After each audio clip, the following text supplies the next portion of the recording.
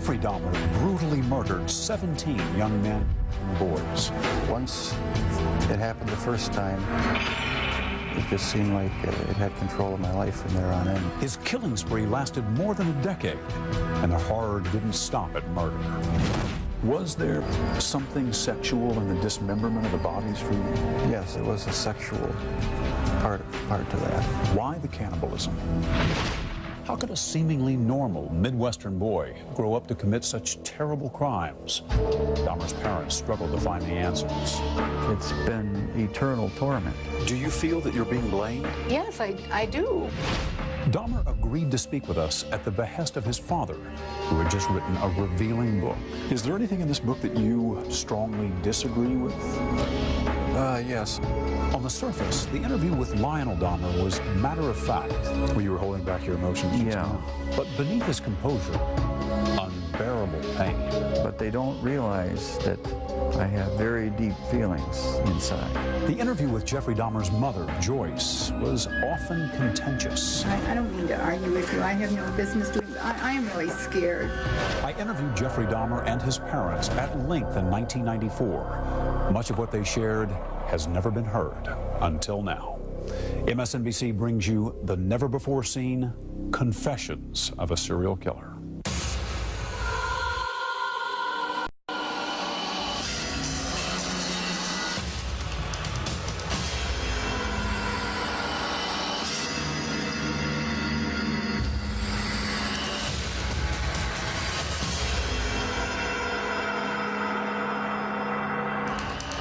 Thanks for joining us. I'm Stone Phillips. In February 1994, at the Columbia Correctional Institution in Portage, Wisconsin, I sat down with serial killer Jeffrey Dahmer for his first, and as it turned out, his last network television interview.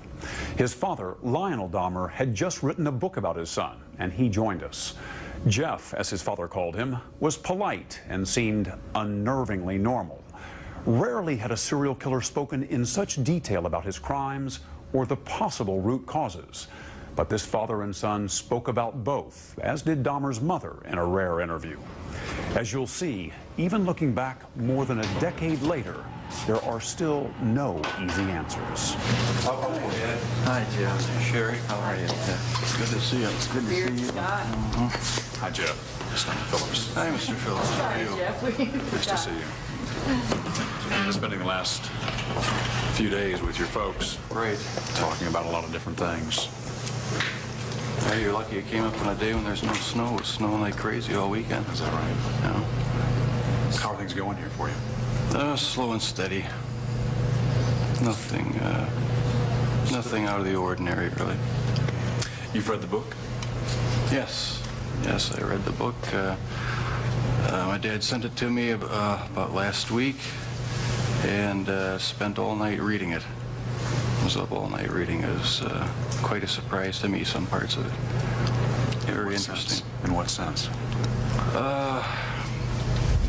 Just some of the things that were revealed caught me off guard, and just some very big surprises in it for me. What was it that caught you off guard? Some of his insights into what he thought of me as I was growing up. All set? Everybody ready? Okay, let's all take a deep breath. Your dad comes here to visit about once a month, but I get the impression that the two of you don't talk a lot about everything that happened, about the crimes in particular. No, we don't discuss that because it's been gone over so thoroughly in the papers and the media that there's just really no point in going into any in-depth talks about it. We talk about our family, home, how things used to be, what prison life is like here now, and try to keep things as light and upbeat as possible. Is it hard for you to go back and talk about those things?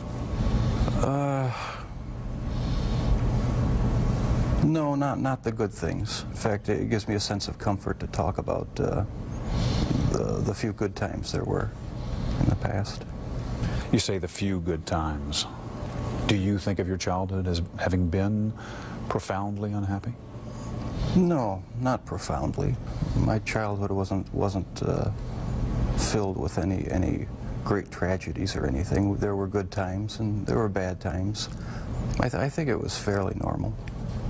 Jeff, do you remember your earliest experience and earliest interest, fascination with the inside of animals? Where that came from? In 9th grade, in biology class, we had the usual dissection of fetal pigs. I took the remains of that home and kept the skeleton of it.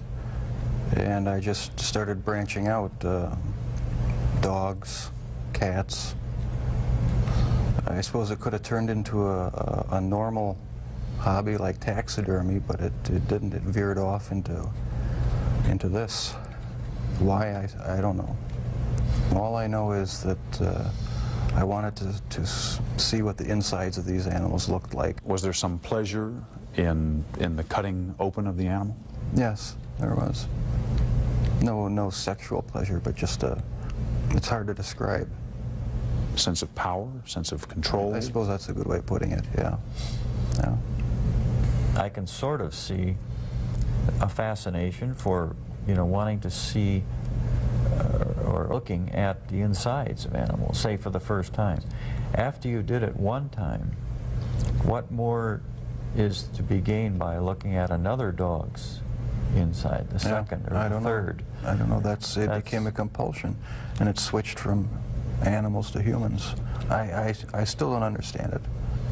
I don't know why. What would you do with the dead animals, Jeff? You would pick the carcasses up from the road and take them back into the woods. Take them back in the woods, skin them sometimes, slit them all the way open, look at the organs, feel them. There was a sort of general excitement for me. I don't know why. It was exciting to see. One of your dad's biggest questions is when you began to slip away, when you crossed over into this world of obsession or dark fantasy from which you just couldn't return. Can you pinpoint that? Is there a sense for when that really began to happen with you, Jeff? I think it was around age 14 or 15. Started having obsessive thoughts of violence intermingled with sex. And it just got worse and worse. I didn't know how to tell anyone about it, so I didn't. I just kept it all inside. Do you have any sense for where that was coming from? No. No, I've talked with a few psychologists about it. They have their theories, but they don't have any concrete answers either. Do you have a theory? No, not really. I don't know where it came from. I probably will never know. But I never dreamed that it would become a reality. Coming up, more pointed questions for a serial killer. Why the cannibalism?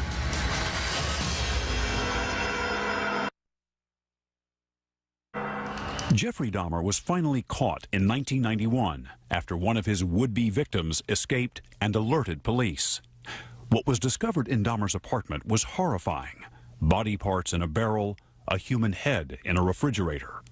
When he confessed, the gruesome details were almost impossible to comprehend. What was it, Jeff, that took you over the edge, do you think, and made you take this from the world of fantasy into reality? From 15 on, I had this reoccurring fantasy of meeting a hitchhiker on the road and of taking him hostage and doing what I wanted with him. About 3 years later, I was 18 years old, driving home. I saw this hitchhiker about a mile from my house. Thought to myself, should I stop and pick him up, or should I just keep on going? I wish I just kept on going, but I didn't. I turned around, picked him up, and that's when it the nightmare became a reality. It just seems so bizarre to me that this obsession that I had been thinking about and wanting, just all the parts are there, and they make it possible to make it happen. What happened after you took him to the house? The house was empty. My mother was up in Chippewa Falls with her family, and my dad was living in a rented motel about 5 miles away due to the divorce. And I pretty much had the place to myself. I was drinking a lot during that time, and just, I don't know, looking for something to, some way to find some fulfillment, some pleasure.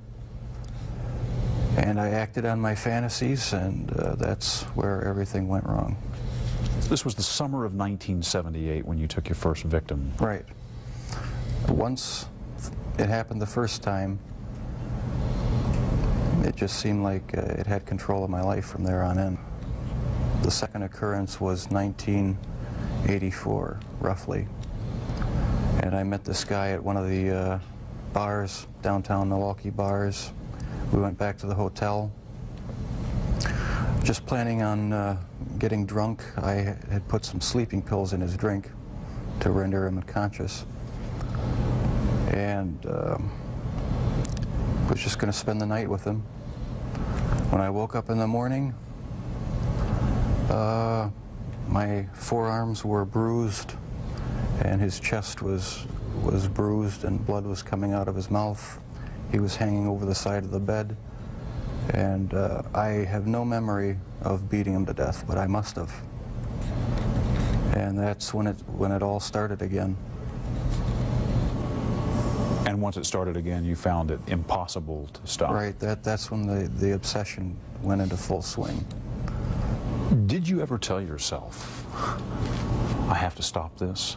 I must stop doing this? Yes. When it was going on? After the second time, it seemed like the compulsion to do it was too strong, and I didn't even try to stop it after that. But before the second time, things had been building up gradually, going to bookstores, going to the bars, the gay bars, bath clubs. When that wasn't enough, buying sleeping pills and using it on various guys in the bath clubs. It just escalated slowly but surely. And after the second time, which was not planned, it was out of control. It felt like it was out of control. Where did sex enter in to the killings, Jeff? It was a big part of it. My only objective was to find the best-looking guy that I could. Their sexual preference didn't matter to me. Did their race matter to you? No, their race didn't matter to me. The first two young men were white. The third young man was American Indian. The fourth and fifth were Hispanic. So no, race had nothing to do with it. It was just their looks.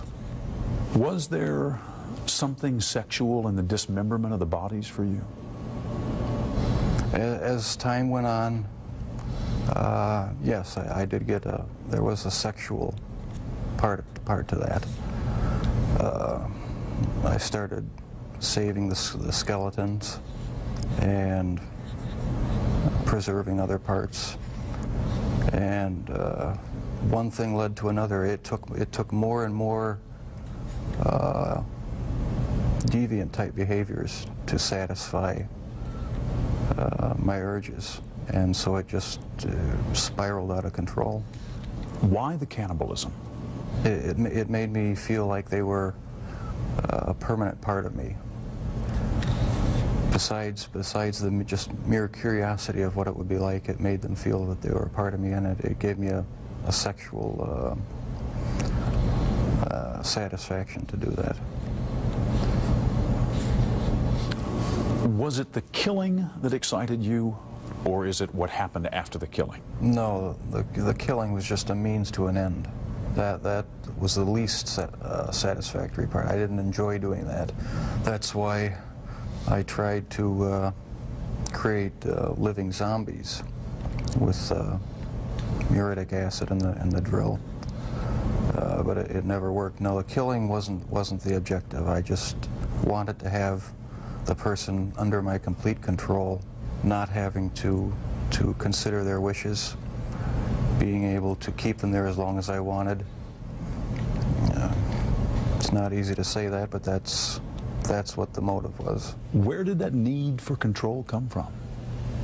Do you have any idea? I don't know, maybe I felt I had no control as a child or young adult, and that got mixed in with my sexuality, and I ended up doing what I did was my way of feeling in complete control, at least for that situation, creating my own little world where I had the final say, finding the best looking guy that I could, and having total mastery over him for as long as I wanted. Lust played a big part of it, controlling lust. That was the motive right there. A lot of this came out in the course of the trial. Obviously, both of you sat through this. Have the two of you sat down and talked about these things before? No, not in depth. This is the first time you're talking about these things with your dad here. At great length with psychiatrists, court-appointed psychiatrists, psychologists, but not with my family. We learned everything at the trial and in the confessions and that sort of thing after the fact. The two of you never really communicated all that much, did you, father and son? Not on any deep level, no. We talked about superficial things. Never really had a real deep heart-to-heart talk about what was going on inside our own minds. I was always a very private person. I didn't like to open up and share anything with anyone. I like to keep my thoughts to myself. Why do you think that was? Because from about 15 years on up, a great deal of my thoughts were basically unshareable with anyone. So I just closed myself off and put on a mask of normalcy. Coming up, were you surprised to read that about your dad? Very surprised. I suppose everyone has their secret thoughts. When I interviewed Jeffrey Dahmer in 1994, his father Lionel had just written a book as part of his own painful journey to try and understand how his son became a serial killer. Despite regular visits to the prison, father and son had never spoken about many of the topics covered in the book until our interview. You've read the book. Right. He called it a father's story. Pretty simple title. Right. Not a simple story, though. No, not a simple story. Not one that was easy for me to read. But I'm glad he wrote it. Did it hurt? Was it painful to read? Yes, it was painful. Some parts of it were, for me, were even fun to read. There were good parts. It wasn't all negative. Was it emotional for you reading the book? Yes, it was. Tell me, what kind of feelings did you have reading it? Deep regret, sorrow. I guess those were the two main emotions. Is there anything in this book that you strongly disagree with? Yes, I disagree with the description of me as being so incredibly shy and introverted, because maybe that's the way my dad saw me, because there was so much tension in the home that I really didn't feel like being up and happy a lot of the times. But with my friends in school, I had a good time. We had good social life, and so I wasn't so extremely reclusive and self-centered as it portrays me. Does it surprise you to hear Jeff say that he doesn't think of himself and never did as innately shy? It did surprise me. Maybe my perception was accentuated to the extreme. But you do recall at age 6 that you became more aware of tensions in the home. Oh yeah, that's the time I really remember noticing that things weren't quite right. So it wasn't so much innate shyness as it was wanting to withdraw from tension and arguments and problems in the house. That's how I saw it, yeah. I sort of lived in my own little fantasy world when things got too heated in the household. And I carried that over for years, I guess. And was there violence in that fantasy world? No, not early on? Not that, not the type that showed itself later. No, it was just my own little world where I had control. Was anger a part of it for you, Jeff? I had some anger. Probably every kid has some anger, you know, about their childhood. It really wasn't a terrible childhood, though. You know, there were a lot of good times. It wasn't a really terrible time. So pat theories about you as a serial killer striking out to get back at your dad, for instance, don't ring true to you. No, that has no truth in it. The only motive that there ever was to completely control a person that I found physically attractive, and keep them with me as long as possible, even if it meant just keeping a part of them. Did you know before you read this book that your dad had his own obsessions and fantasies, that he had thought about, that he had dreamed of committing murder, that he had had an obsession with fire and with explosives? No, I don't think that's the type of thing one asks one's dad. Were you surprised to read that about your dad? Very surprised, yeah. I didn't know what to think about it. I suppose everyone has their secret thoughts, and so it was somewhat of a shock. You feel grateful that your father wrote this book? Or do you feel put off by it? I mean, I'm just curious about your overall reaction to it. Do you feel, is the book an invasion, do you think? Or is it... No, I feel nothing but pride for him for writing the book, and having the courage to bare his soul when he didn't have to. He didn't have to get involved with trying to, you know, help me out and support me and be an emotional support for me, and I'll be grateful to him forever for it.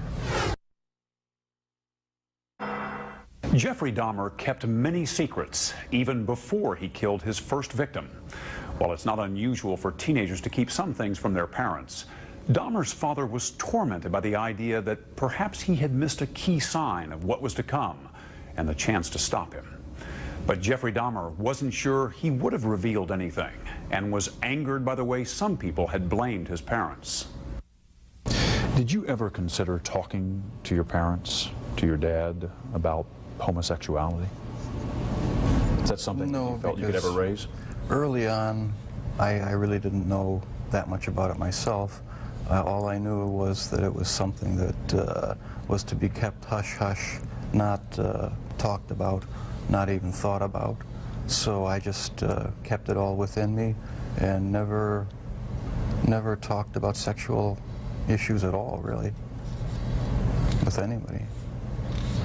Do you think if you had been able to talk about that in a more open way with your dad, for instance, that it would have helped, might have broken this veil of secrecy and enabled you to keep yourself from going down that road? I don't know exactly what, if anything, would have ever kept me from going down that road. Talking about it, I don't think would have made that much difference, because, like I said, there were things going on in my head that I would have never opened up and talked about with anybody. Your dad says he never realized how deeply troubled you were because he just thought you were shy the way he had been, shy as a boy. Do you think the signs were there and he just missed them? No, I don't think so. Because I had thoughts, I had fantasies, but there was no outward show of anything that was wrong. You were pretty good at keeping it all inside. Right, I kept it inside, didn't share any of my thoughts or emotions with anybody. So how would I ever know? No, you never saw any of it, as far as I know. I did not really hear from anyone about any of these activities. And that's what really strikes me now, is if I would have known, what would I have done about it? I think I would have done a lot about it. I feel it's wrong for people who commit crimes to try to shift the blame onto somebody else, onto their parents or onto their upbringing or living circumstances. I think that's just a cop-out. And my parents, my relatives, had no knowledge of what I was doing. They're absolutely not responsible for any of it in any way. And I take full responsibility. But you understand that what you did would lead your father to ask himself all kinds of questions. That's true. Where did I go wrong? Was there something I could have said or done to have prevented this? Right. Did I, in some way, create or contribute to the terrible acts my son committed? I understand that. I just get angry with other people who think that they have a right to somehow try to blame my parents for what happened. That's not right at all. No one has the right to do that because they're totally innocent. They had no knowledge of it. And that angers me. But parents just naturally, I mean, any parent that really cares, they just first of all say, gee, I feel guilty. You know, there's just feelings of guilt. What happened? What did I do? What could I have done? And so that's a normal parental reaction. Your dad has wondered about all kinds of things, from the medication that your mom was on during her pregnancy, to the fact that you were exposed to violent arguments in the home from an early age and continuing, to the possibility that he might have passed on some genetic propensity for obsession or violent behavior. Does any of that ring true to you? I can see why he'd wonder about those things, but as far as I'm concerned, they're all excuses, because I didn't feel accountable to anybody. I didn't feel that I had to face what I had done ever, and so there comes a point where a person has to be accountable for what he's done. Can't go around making excuses, blaming other people or other things. So I alone am the one who's responsible for what's happened. Let me ask, when did you first feel that everyone is accountable for their actions? Well, thanks to you for sending that creation science material, because I always believe the lie that evolution is truth, the theory of evolution is truth, that we all just came from the slime, and when we died, you know, that was it. There was nothing. So the whole theory cheapens life, and started reading books about that show how evolution is just a complete lie. There's no basis in science to uphold it, and I've since come to believe that the Lord Jesus Christ is the true creator of the heavens and the earth. It just didn't just happen, and I have accepted him as my Lord and Savior, and I believe that I, as well as everyone else, will be accountable to him.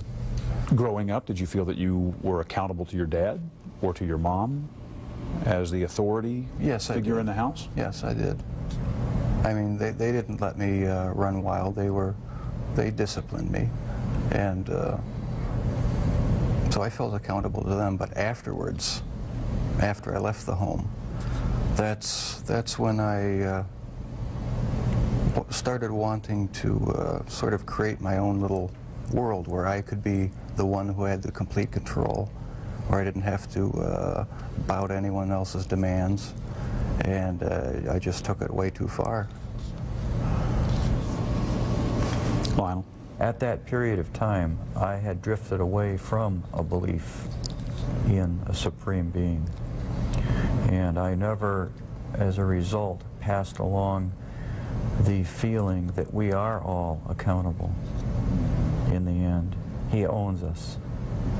And that basic concept is very fundamental to all of us. You feel that the absence, at least for a while, of a strong religious faith and belief for some years may have prevented you from instilling some of that in Jeff. That's right. Is that how you feel? Yes, I think I had a big part to do with it. I mean, if a person doesn't think that there is a God to be accountable to, then what's the point of trying to modify your behavior to keep it within acceptable ranges? That's how I thought anyway. And I've since come to believe that the Lord Jesus Christ is truly God, the Father, the Son, and the Holy Spirit. They're the only true God. Coming up, a mother's pain. It's almost like I don't have a right to mourn or grieve because there are all these families who will never speak to their children again. More never before seen. In 1994, Jeffrey Dahmer's mother lived 2,000 miles away from her son, in a different state with a different last name. But Joyce Flint still felt deeply connected to her eldest child and was grieving for her own loss. We all think about victims' parents in a case like Jeffrey's, but we don't often think about the parents whose child committed crimes like this. What's it been like for you? Well, it's been horrendous.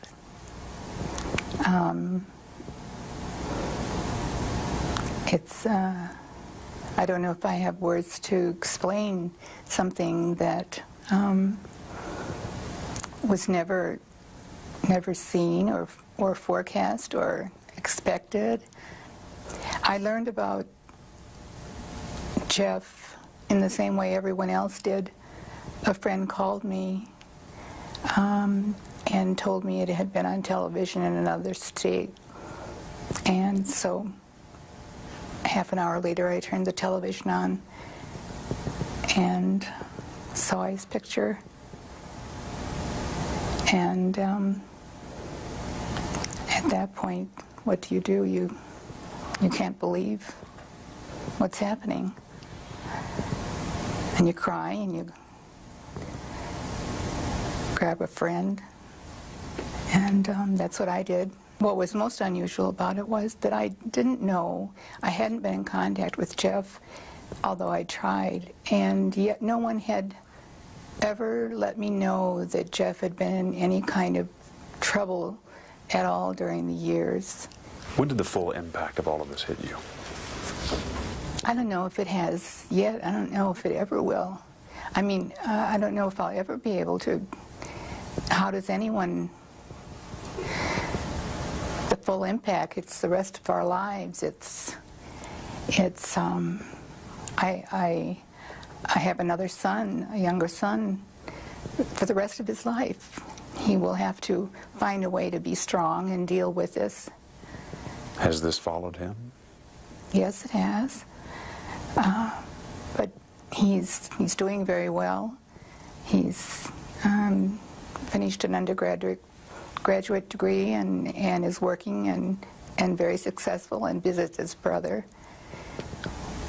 It's a very difficult thing to say. One of the hardest things for me to say is how much I can't believe this happened and how much I love Jeff, when I'm very much aware that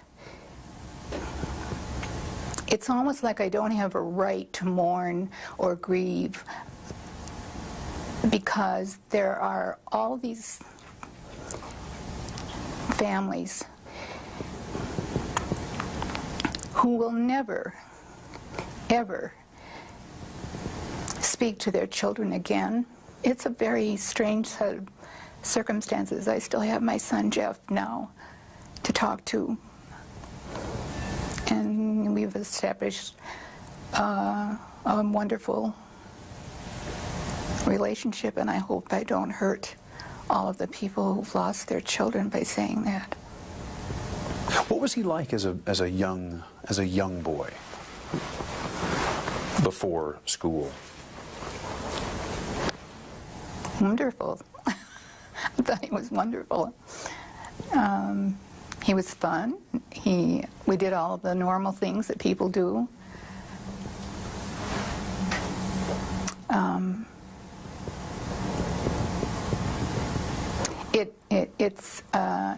It's hard to be asked questions that go back 30-some years when you never expected that anything but good would happen in your family. Were there ever any early signs of trouble with Jeff? If there had, looking back on it today, were there? no. What would you look for? If I'd seen something that had been a clue of any kind, I'd like to think that I would have done something about it immediately. No, there wasn't anything unusual about Jeff. He was a normal young boy. Jeff's first grade teacher referred to him as inordinately shy and profoundly unhappy. He didn't seem inordinately shy to me. He seemed, he didn't like school. He had a very difficult year that year, first grade, moving from where he'd lived. I was pregnant with his baby brother, so... Did he seem profoundly unhappy? No. Well, no. When you say profoundly unhappy, there wasn't any clue that there was anything other than this was a little, rather shy child who had to go to school and mingle and be sociable, and that wasn't his thing. Coming up, more with Jeffrey Dahmer's mother. Telling you the truth the very best I can, there wasn't anything unusual. But first, his father looks deep within to see if he is somehow responsible for his son's crimes. The question is, why does a father murder in his dreams and a son murder in real life? Real life.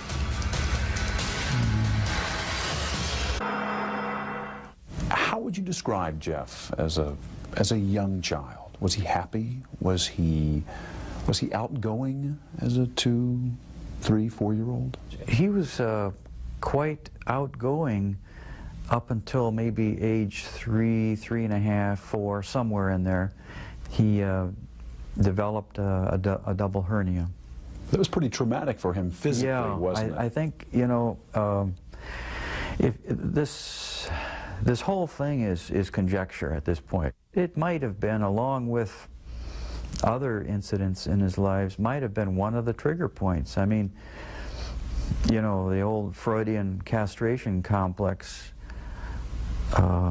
might come to bear here, and I guess psychoanalysts would really have a heyday with this, because, you know, he was concerned about losing his penis. He asked his mother if he had lost it, if it had been cut off. Now, which is something he later did to his, or at least some of his victims. That's true, yes. One thing that many serial killers have in common is a history of sexual abuse. Was Jeff sexually abused at any time? No, never. Was not abused by anyone in the home? No. Sexually? No. Can you even begin to describe what it's been like for you as the parent of someone who has committed crimes of this nature? Well, it's been eternal torment. In the privacy of my own room,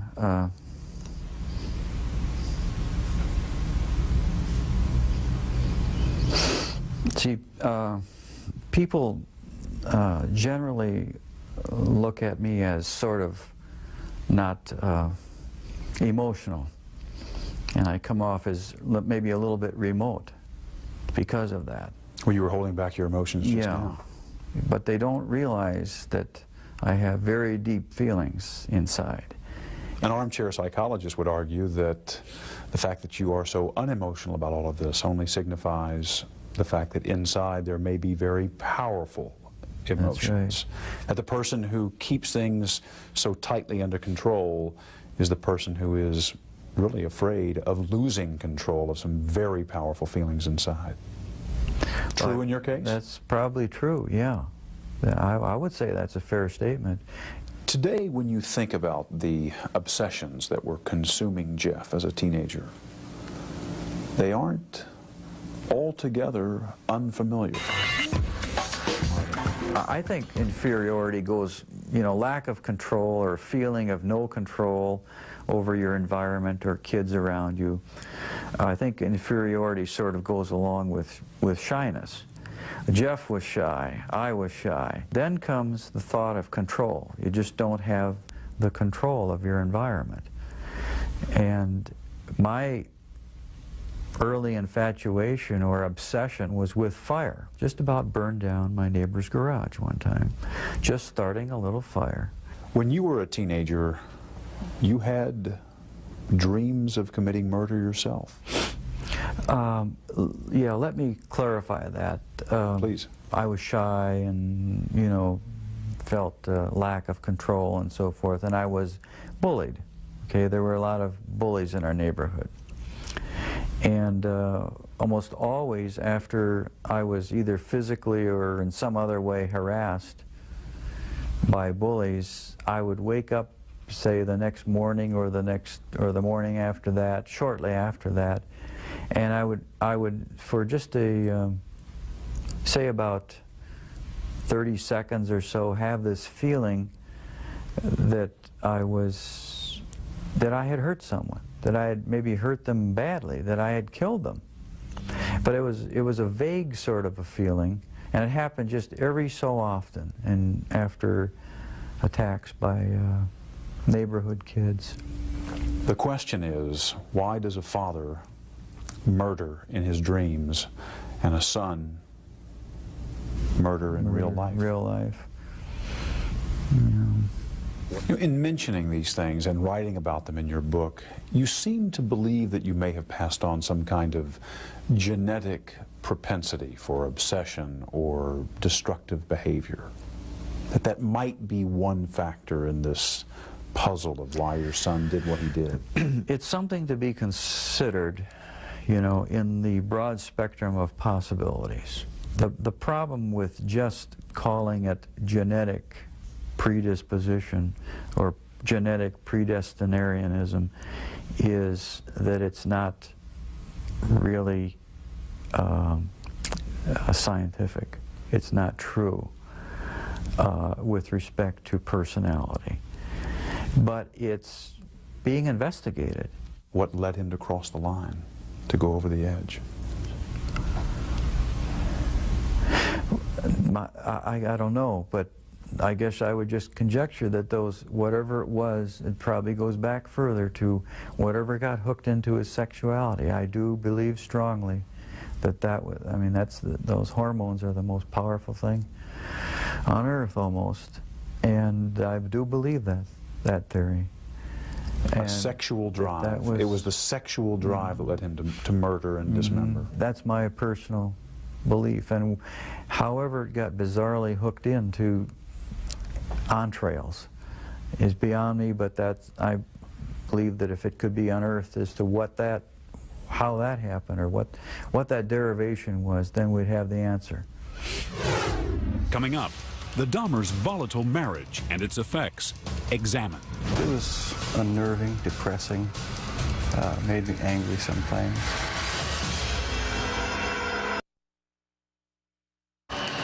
It was his first and last network television interview. Serial killer Jeffrey Dahmer talking about his horrific crimes and trying to figure out for himself why he had such a compulsion to kill.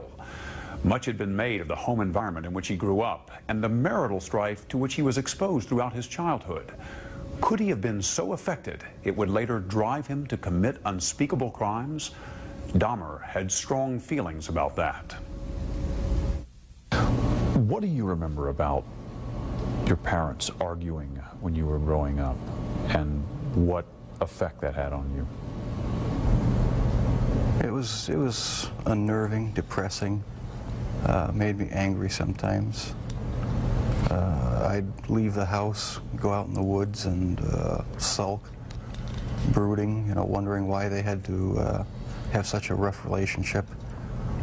Most of the time they didn't seem to get along too well together. I never knew what the real underlying problems were.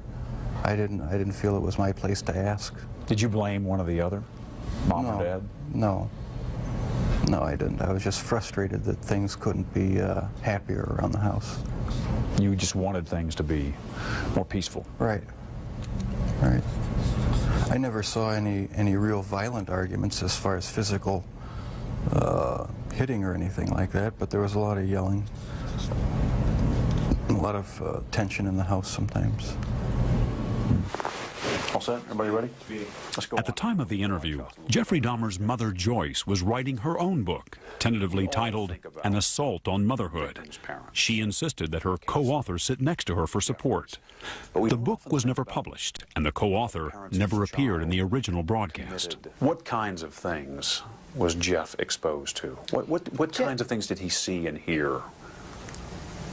Nothing out of the ordinary. Well, what can I do? I can compare it with my own upbringing, and my mother and father fought, and it was kind of a normal thing, and they would get over it. And Lionel and I discovered very early on that we were very different people. I was more emotional and more outgoing than he was, and marriage became really a very unhappy place. And how much that affected the children at the time, I didn't think that it affected them in any really harmful way, because they were never physically abused. There were very heated arguments. And on occasion, that would lead to some physical... Excuse me, Stone.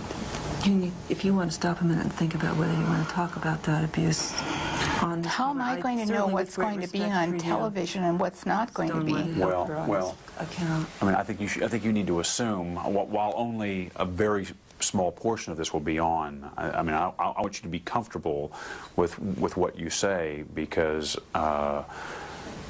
one of the things that I don't want to get involved in on this television show is trying to do the same thing to Lionel as he's done to me, and that is to somehow blame him.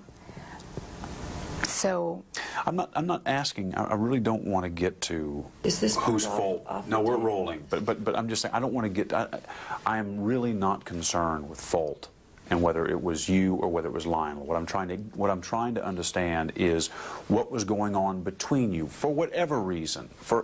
I'm sure both of you brought something to the table on that. That's usually the case in a marriage situation.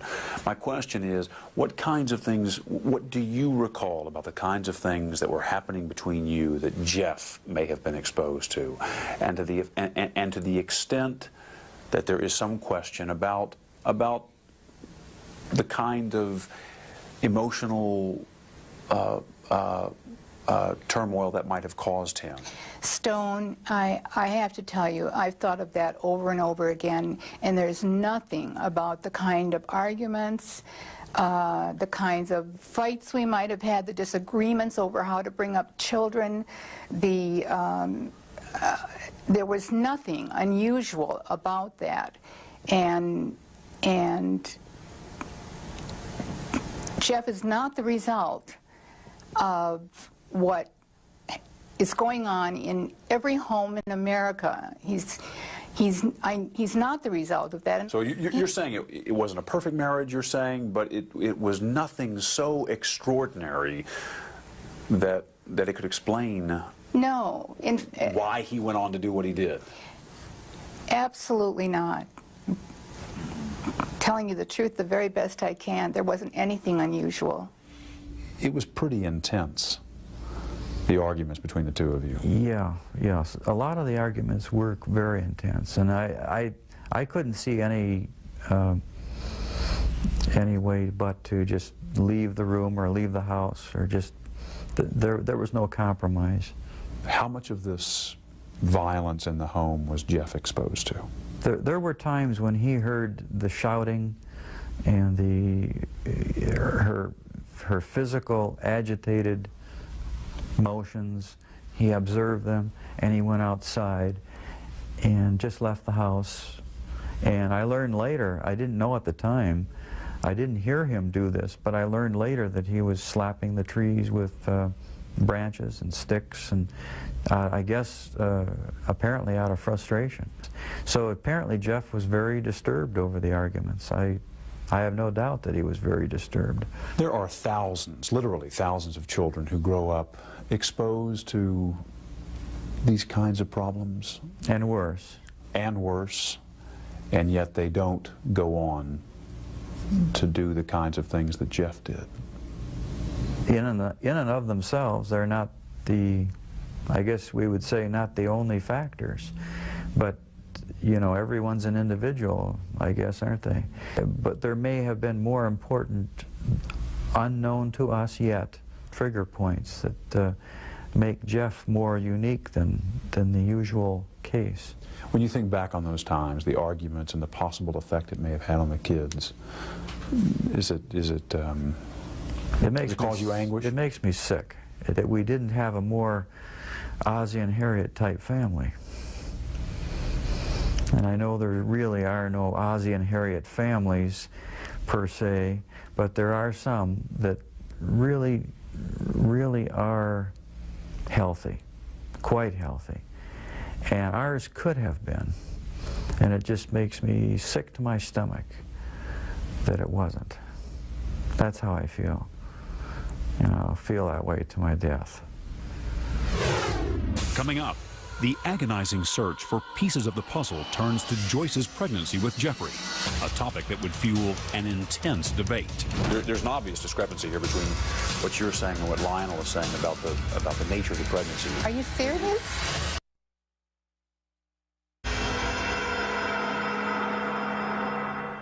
By all outward appearances, Jeffrey Dahmer seemed like a normal boy growing up. So how did he become a serial killer? The search for the root causes went all the way back to his mother's pregnancy. Both of Dahmer's parents said it had not been an easy time, but during separate interviews with each of them, that was about all they agreed on. At times, her legs would lock tightly in place, and her whole body would grow rigid and begin to tremble. During these strange seizures, her eyes would bulge like a frightened animal, and she would begin to salivate, literally frothing at the mouth. We'd have to call the doctor, who, in those days, they still made house calls, and he came immediately, and it always ended up that he gave her a shot of some type of relaxant. What kind of drugs was she on? There were a mixture of things. He would have to come and inject Seconal or morphine if, in some instances, when her body would not relax. The doctor? Yeah, the doctor. Morphine, barbiturates? Yeah, relaxants. Phenobarbital? Yes, She was on a pretty heavy drug regimen. Was on quite a heavy diet of prescription drugs, right. What do you remember about the pregnancy? I had what I thought were probably the ordinary kinds of things that happen when you're pregnant, and morning sickness. Morning sickness. A lot of nausea. Yes. Lionel describes a strange, undiagnosed problem. He describes it as some kind of a seizure that you developed. a proneness to seizures late in the pregnancy, where he describes it as a kind of rigidness for which you were prescribed medications. Do you remember that, and can you describe it? I don't remember that at all. I can't imagine where that comes from. It isn't true. I don't. You don't recall anything like that? No. Seizures or seizure-like episodes? Absolutely not. Were you prescribed medications, including morphine, barbiturates? I don't know what medications were prescribed, and I'm surprised that anyone says that there is something that lists every single medication I took 33 years ago. I had a doctor, a physician. I took the medicine that was prescribed for me, and for the most part, I was healthy. You weren't on morphine? I don't think you give pregnant women morphine. I'd have to ask my doctor, but they don't give pregnant women morphine. Barbiturates of any kind in order to calm you down in these seizure states, as Lionel described them? There were no seizure states. Where's I don't know where that's coming from. Well, Stone, I don't know. And it's one of the reasons why I'm finally speaking out, because there were no seizures. There was nothing that was out of the ordinary as far as my pregnancy was concerned, except that I needed to be in bed. There's an obvious discrepancy here between what you're saying and what Lionel is saying about the nature of the pregnancy. It was difficult, you both agree, but he describes you in these states where you were, as he says, literally frothing at the mouth. Are you serious? In these rigid states, yeah, for which you were given medication to settle or calm you down. Well, I don't know what its purpose is in doing that. I do know that when this first happened, the very first thing that the husband that I divorced did was come out with these accusations against me. They're not true. Well, I don't know how I can prove it to you that they're not true. Is it possible you just don't remember them, Joyce? No, it's not possible. I don't remember them. It was my first pregnancy. I remember everything about my first pregnancy. There's an important point you want to talk about that you really want to make, and is the reason why you've come on. So let's talk about that. Thank you. I appreciate that very much, Stone, because I'm really feeling like the questions that I've been asked so far are exactly the reason why I wanted to come on, exactly the reason why I want to write a book tentatively titled An Assault on Motherhood, and that's exactly how I feel, like I'm being assaulted by statements that can't be substantiated, that people have said are not so, but here I am one more time having to defend myself. I want to get across that we as women just can't take this kind of thing anymore. If something bad happens to our son or our child, there has to be a place for us to go. I want a place for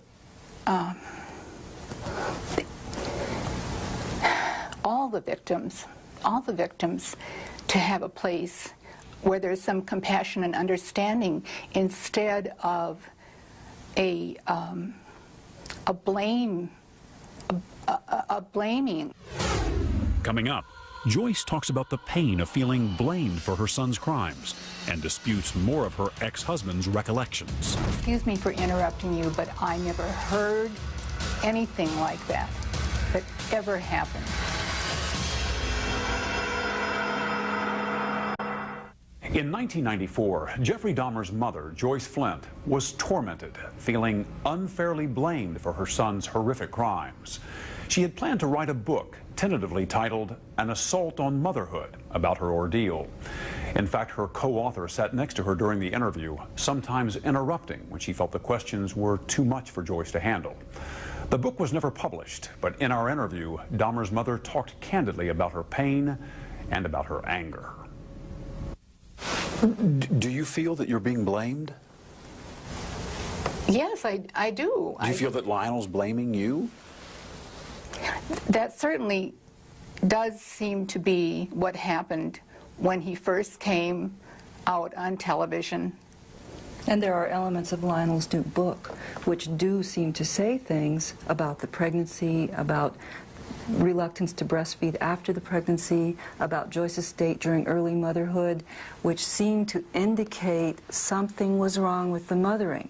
Now, this isn't the theme of the book, but it corresponds to the theme of so many questions from the media that have come along all along the way. And I'm not saying you're asking these now. But at the same time, Lionel asks a lot of questions about himself, about what kind of father he was, about his own thoughts and maybe his own mistakes. I mean, one of the first places he looks is right in the mirror.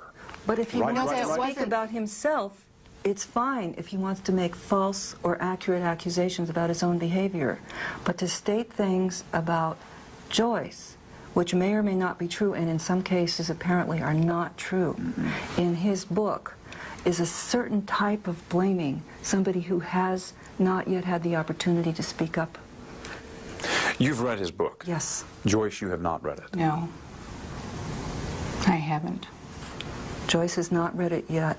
Joyce has been not well, and reading that book, which just came out, hasn't been something she was ready for. The excerpts that I have seen in the newspaper are so astounding to me. He told everyone that I was crazy, that I had abused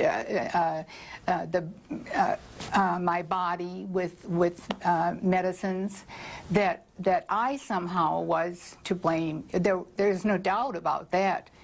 Now he turns around and, for whatever his reasons are, I don't know what he's trying to accomplish with talking about something he should have shared with me before he ever married me.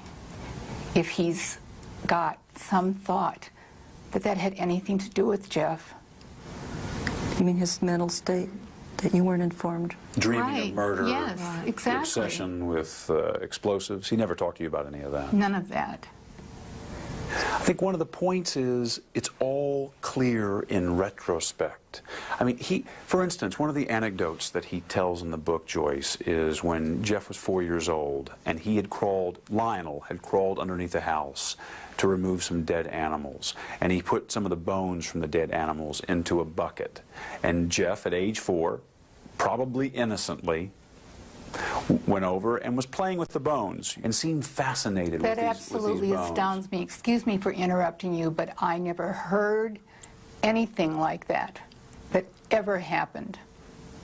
You see, you're doing a television show prompted by a book which was written, which apparently is one parent's story which doesn't jive with the other parent's story at all. Which is why we're here. Right. Which is exactly why we're here. That kind of an anecdote. Now, do you... As far as I know, that never happened. That sounds like the shows that people go on and talk about children mistreating animals, and can you predict who's going to do something terrible somewhere down the line in his life. Jeff's condition was proven to not have anything to do with his upbringing. I don't want parents frightened to death thinking that the little things they do or the little things they miss are going to result in them having a child that is going to cause all of this pain and anguish. That isn't the way it happened. In my mind, you cannot tell how certain actions or reactions are going to be computed in a child's mind. So the first thing I thought about was he emotionally, did he come out of this life with us emotionally disturbed in some way? He didn't. I've asked him. Some people would say that someone who had committed such horrible crimes must have had something horrible happen to them. You're saying just didn't happen. You know, I wish I had an answer. It's a terrible feeling to have this unending, unknown, why did this happen? What's the purpose of this happening? The horribleness that so many people have had to go through. I wish I could come up with an answer. That would be useful. It isn't useful to speculate on what small, tiny little things did we spank our child, and that turned him into a, as they called me, a monster maker. Jeff was raised with all the love and care and concern that any child could be raised with, and what happened to him, I don't know. I wish I knew. I'd give anything to know. When you ask yourself that question, Joyce, I mean, you know, when you're alone with yourself and you wonder why it happened, what answers do you come up with? What questions do you have about the origins of his madness, if you will?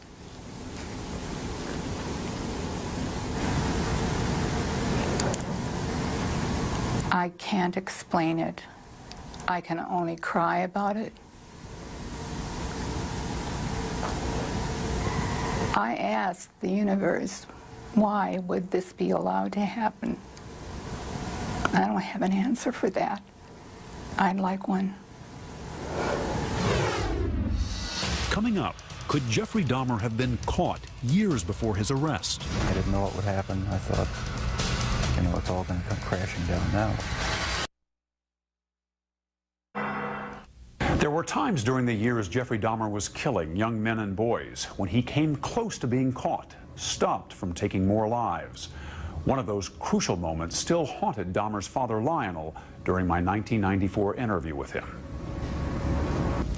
In March of 1989, you were helping him gather up his belongings, going through his room, and you came across a box. Tell me about that incident.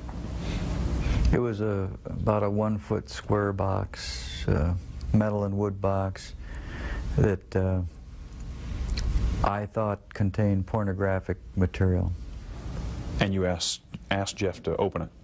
Yeah, because my mother, you know, I didn't want her to come into contact with any of that stuff. And asked him to open it up, and he refused. He said, "I'd rather not." And I said, "Jeff, open it up. I just want to see what's in there." And he said, "Can't I have any privacy in the house at all? Just this 1 square foot of privacy." And I said, "Jeff, open it up, or I'm going to just take it down into the basement and get a screwdriver or something and open it up. And just open it up." And he got angry, very visibly agitated, and said, "If I can't have 1 square foot of privacy, then I'm just going to leave." So he walked out of the house, and then I took the box. I took it from him. I mean, he gave it up. He walked out of the house. I'm surprised that he gave it up.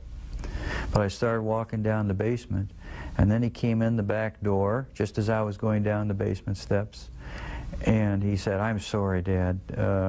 I lost my temper. There's just some pornographic stuff in there." He said, "Just wait. I'll open it up tomorrow morning and show you what it is. Just let me put it away now and forget about it. Let's not cause an uproar anymore today or tonight, and because of Grandma." And so, my not fathoming what could be in that box, I said, "Okay, we'll just open it up tomorrow then, and then let's get rid of it, whatever it is." And the next morning he came down from upstairs and showed me, and there was pornographic literature in there. And I said, "Okay, get rid of it now, and I don't want to, you know, see any more of it around here." He said, "Okay, Dad." And that was the end of that incident, and I didn't realize what was in that box. What was in the box? Well, as I learned later, after the trial, it was one of the human heads, one of the victims, which he then took to his work and put in the locker.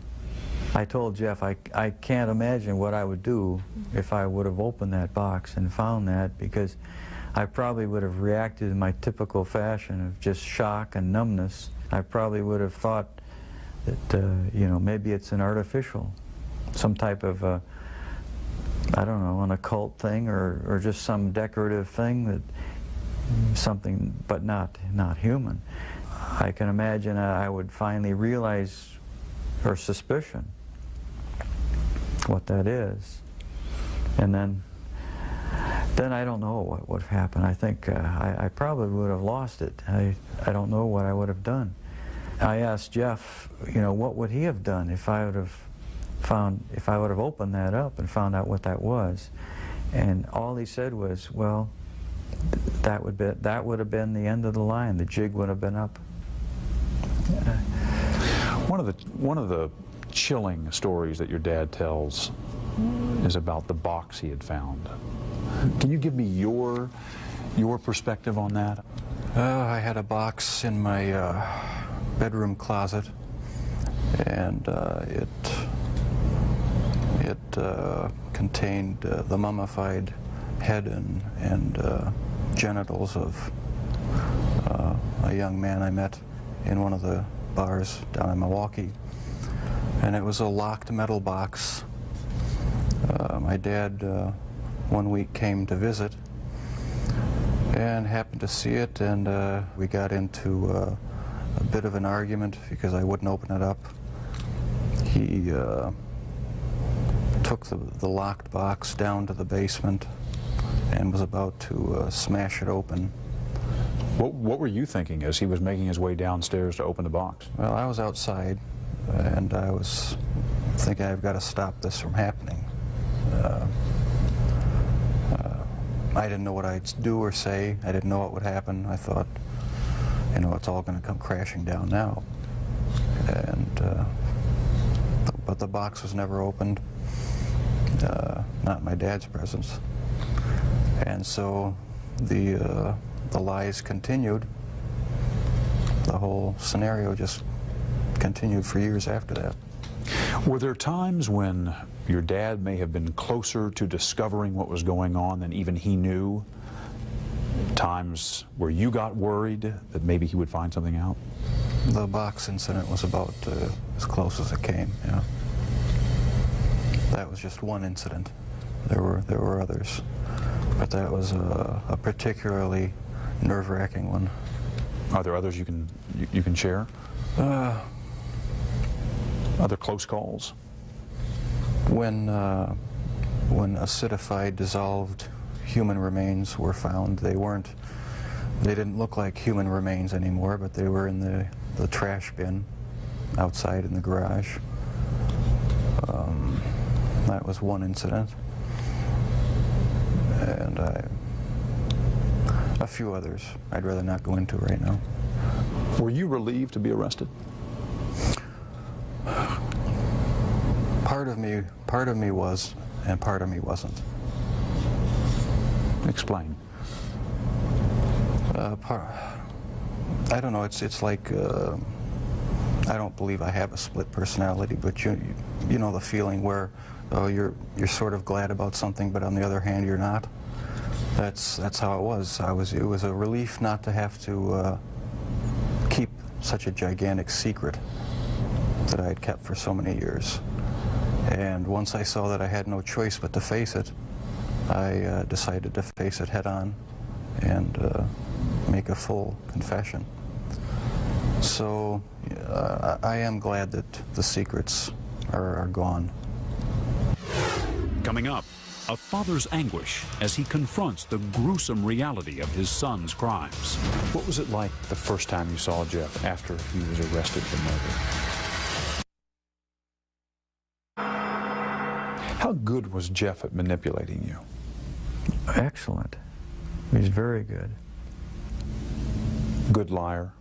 He fooled everyone. He fooled me. Yeah, very good. He fooled his probation officer, his attorney, the police, you know, who came. I mean, he had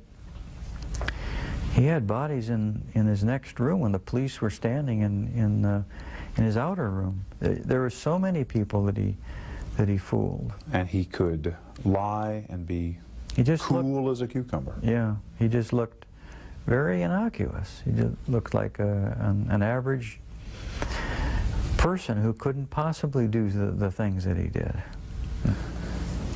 What was it like the first time you saw Jeff after he was arrested for murder?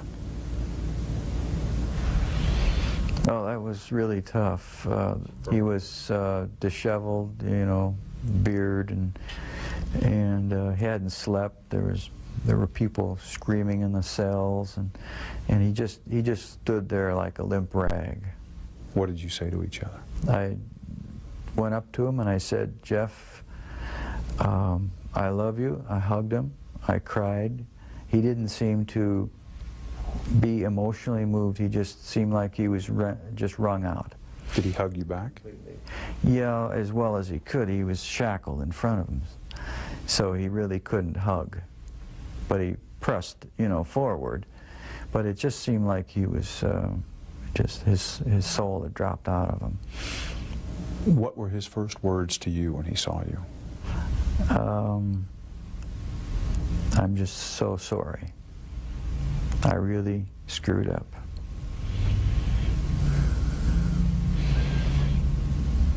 It was pretty much unemotional, emotionless response. He just said those words, and he looked extremely depressed and sad. Do you remember the feelings that went through you at that point? Yeah, I felt really those same feelings: depression, you know, extremely well, shame and just what a waste. The other feelings were that I wanted to still help him in some way, and I kept telling him, reassuring that his attorney said that he would get help. And I told Jeff that you really do need help, Jeff, mental help, and we're going to try to get you into this place to get the proper help. How did you feel when you first heard about the crimes, about the nature of the crimes he'd committed? I think it was sort of a feeling as if I were just floating above myself and observing some other person. As if I were anesthetized with something that just prevented me from feeling anything deeply. It was just a total stun, a total shock. You went numb? Complete numbness. And in the moment when the pain has come through, what is it that you felt? I felt all these different emotions come over me. How am I going to face victims, families, if I go to the trial? How can I arrange something? My feelings were for Jeff too. I sort of put myself in his place. He's totally lost. I could almost feel the total disorientation and loss, feeling like maybe he would want to commit suicide. I felt very depressed and shamed.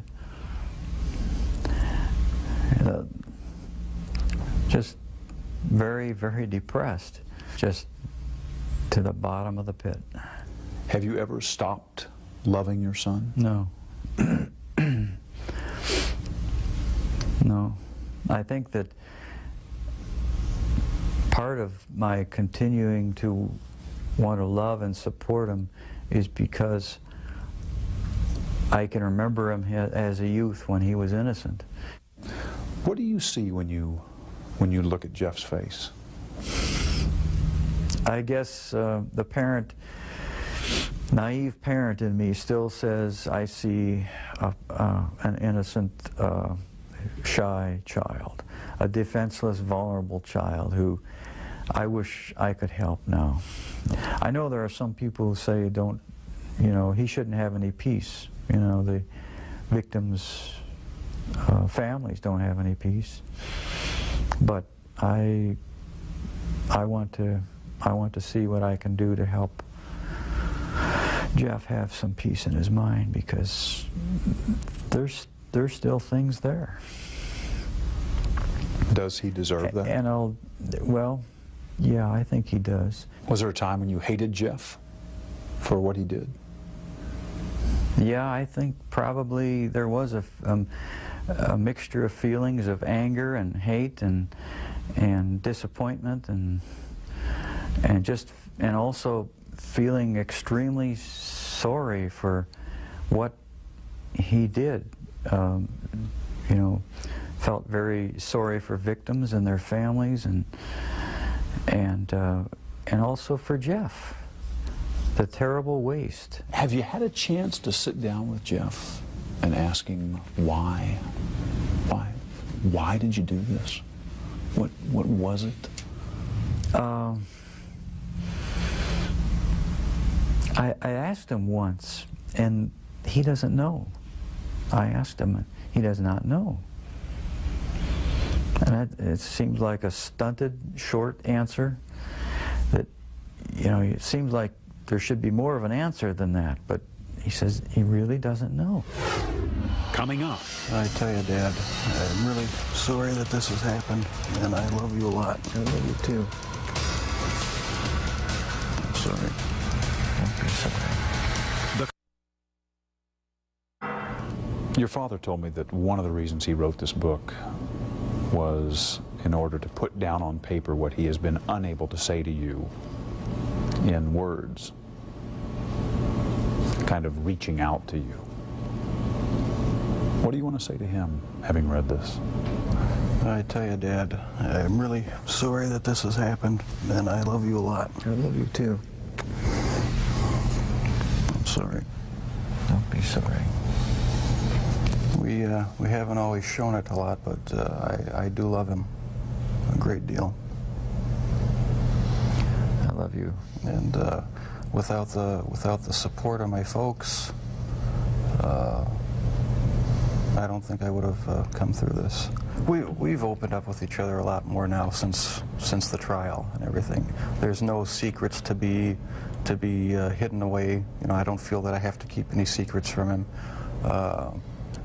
We've come to face what's real now, instead of just glossing things over and talking about superficial things. So there's a lot more communication between us. This book may serve as a further bridge between Jeff and myself. And just for that purpose, I regard it as valuable for me. You feel closer to your dad, having read this? I feel closer in that I understand more how he was thinking, what his thoughts were, what some of his motivations were. I'm glad he wrote it. Anything not in the book you want to say to him?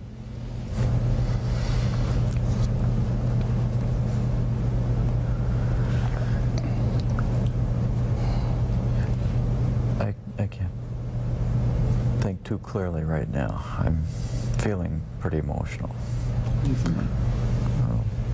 I think that a lot of things have been brought out in this interview that has brought us to a little bit deeper, just a little bit closer understanding as to how this all originated. And, well, whenever I get emotional, my analytical side gets clouded, and I can't express myself quite as well as I would like. Can you talk about the feelings you have? You feeling close to Jeff? I feel very close to Jeff, and it's going to continue until our death. And I feel good about it. Do you think you'll ever have the answers you've been looking for about why, what happened, and what role, if any, you played? Maybe not. My primary question is the origins of it. And if something can be learned about that, it may help other people avert problems. Is it still there, Jeff? Does it ever go away? In part, no, it never completely goes away. I'll probably have to live with it for the rest of my life. I wish it would go away. I wish there was some way to completely get rid of the compulsive thoughts, the feelings. It's not nearly so bad now that there's no avenues to actually act on it. But no, it never seems to go completely away. So the thoughts still come to you? Sometimes, yeah. Are you different, Jeff, in terms of how you think back on all of this? I would hope I'm different. I'm glad that I'm in a position now where I don't feel the compulsion to do these things. I'm glad that it's over. Any words I say to the victims' families are just going to seem trite and empty. I don't know how to express the regret, the sorrow,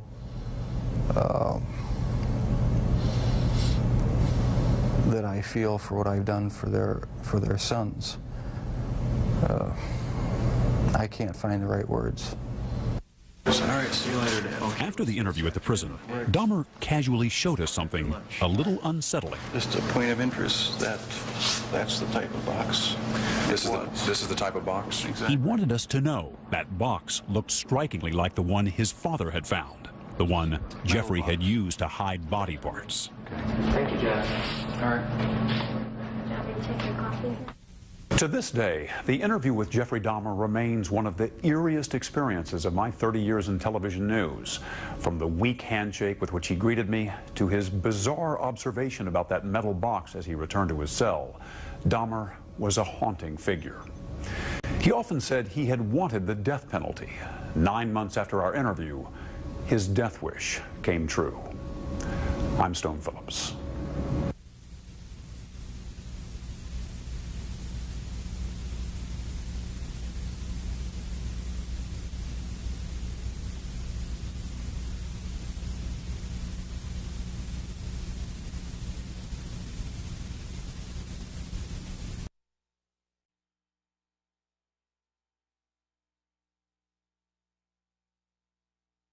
Profoundly unhappy? No, not profoundly. My childhood wasn't filled with any great tragedies or anything. There were good times and there were bad times. I think it was fairly normal. Jeff, do you remember your earliest experience and earliest interest, fascination with the inside of animals? Where that came from? In 9th grade, in biology class, we had the usual dissection of fetal pigs. I took the remains of that home and kept the skeleton of it. And I just started branching out, dogs, cats. I suppose it could have turned into a normal hobby like taxidermy, but it didn't. It veered off into this. Why, I don't know. All I know is that I wanted to see what the insides of these animals looked like. Was there some pleasure in the cutting open of the animal? Yes, there was. No sexual pleasure, but just it's hard to describe. Sense of power, sense of control? I suppose that's a good way of putting it, yeah. Yeah. I can sort of see a fascination for, wanting to see or looking at the insides of animals, say for the first time. After you did it one time, what more is to be gained by looking at another dog's inside, the second or the third? I don't know. It became a compulsion, and it switched from animals to humans.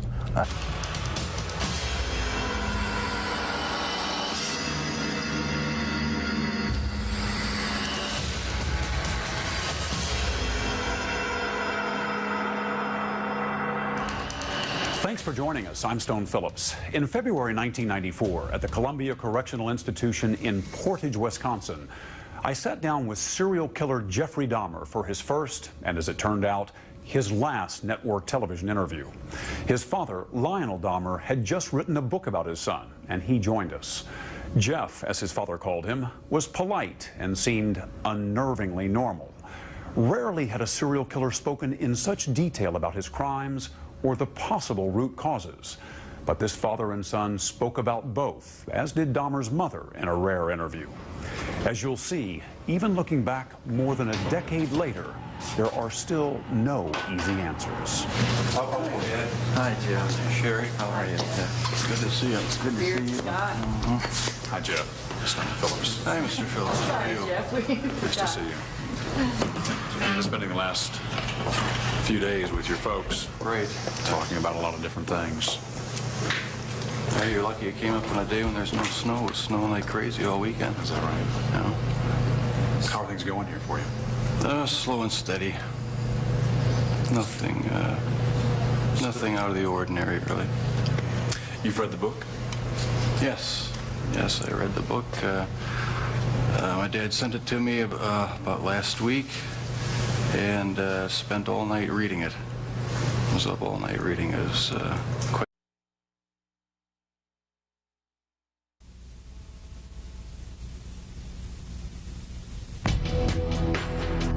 Jeffrey Dahmer brutally murdered 17 young men and boys. Once it happened the first time, it just seemed like it had control of my life from there on in. His killing spree lasted more than a decade, and the horror didn't stop at murder. Was there something sexual in the dismemberment of the bodies for you? Yes, there was a sexual part to that. Why the cannibalism? How could a seemingly normal Midwestern boy grow up to commit such terrible crimes? Dahmer's parents struggled to find the answers. It's been eternal torment. Do you feel that you're being blamed? Yes, I do. Dahmer agreed to speak with us at the behest of his father, who had just written a revealing book. Is there anything in this book that you strongly disagree with? Yes. On the surface, the interview with Lionel Dahmer was matter of fact. Well, you were holding back your emotions. Yeah. But beneath his composure, unbearable pain. But they don't realize that I have very deep feelings inside. The interview with Jeffrey Dahmer's mother, Joyce, was often contentious. I don't mean to argue with you. I have no business doing that. I am really scared. I interviewed Jeffrey Dahmer and his parents at length in 1994. Much of what they shared has never been heard until now. MSNBC brings you the never-before-seen confessions of a serial killer.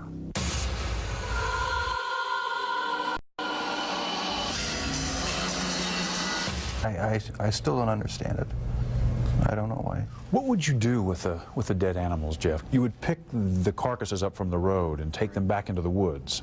Take them back in the woods, skin them sometimes, slit them all the way open, look at the organs, feel them. There was a sort of general excitement for me. I don't know why. It was exciting to see. One of your dad's biggest questions is when you began to slip away, when you crossed over into this world of obsession or dark fantasy from which you just couldn't return. Can you pinpoint that? Is there a sense for when that really began to happen with you, Jeff? I think it was around age 14 or 15. Started having obsessive thoughts of violence intermingled with sex. And it just got worse and worse. I didn't know how to tell anyone about it, so I didn't. I just kept it all inside. Do you have any sense for where that was coming from? No. No, I've talked with a few psychologists about it. They have their theories, but they don't have any concrete answers either. Do you have a theory? No, not really. I don't know where it came from. I probably will never know. But I never dreamed that it would... Quite a surprise to me, some parts of it. Very interesting. In what sense? Just some of the things that were revealed caught me off guard, and just some very big surprises in it for me. What was it that caught you off guard? Some of his insights into what he thought of me as I was growing up. All set? Everybody ready? Okay, let's all take a deep breath. Your dad comes here to visit about once a month, but I get the impression that the two of you don't talk a lot about everything that happened, about the crimes in particular. No, we don't discuss that because it's been gone over so thoroughly in the papers and the media that there's just really no point in going into any in-depth talks about it. We talk about our family, home, how things used to be, what prison life is like here now, and try to keep things as light and upbeat as possible. Is it hard for you to go back and talk about those things?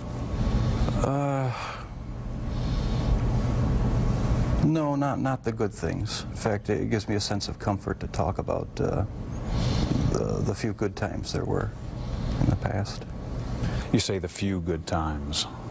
Do you think of your childhood as having been